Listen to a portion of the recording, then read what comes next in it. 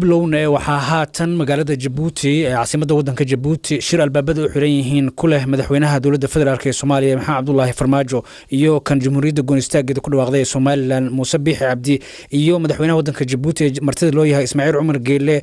dhan kalena maanta waxa lagu wadaa in labada dhinac Soomaaliya iyo Somaliland ay saaraan gudiyo farsamo kuwaas oo si amba qaadaya wadahadalada bilowga ee shalay Jabuuti ka furmay wararkaasi ugu dambeeyay waxa soo akhriyo haatan studio gula sugan Cabdirasaaq Xaaji Catoosh bal Cabdirasaaq oo noo waran Cabdifatax aad baad u mahadsantahay sidaad sheegtay bilowgii warbixintaba shirkan hadda ayuu socdaa Hotel Kimbiski oo ah halka martida ay degan ayuu ka socdaa madaxweynaha martida loo yahay Ismaaciil Cumar Geelle iyo madaxweyne Muuse Biixi Cabdi madaxweyne Maxamed Cabdullaahi Farmaajo ayuuna hadda dhaxmaraya sidoo kale BBC-du waxay heshay xog sheegaysa in maanta lagu wado in labada dhinac ودولة فدرالك سوماليا سوماليلاند أي جديو فرسمة أصاران سي وادي دونا وده هذا الله شلي بلودي إن وحنا لقيا إن معلومها صوص عضو جديو ده سي فرسمة أي سي جوجان إن مجال جيبوتي أو كل ما سي أي كده عدونان إن لما هو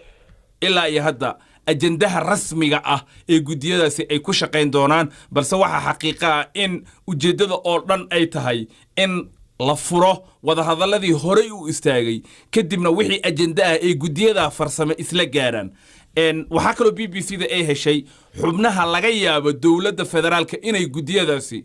أقام من نقدان محمد عبد الصبرية وزير كأرمها جودها يدب وشيسينتا حسين عبد علمي كحيين كوزير كأرمها الدستور كمريم عريف قاسين أو حلمان برلمان ككتر سن بلل محمد عثمان إن لتليها مدحوينها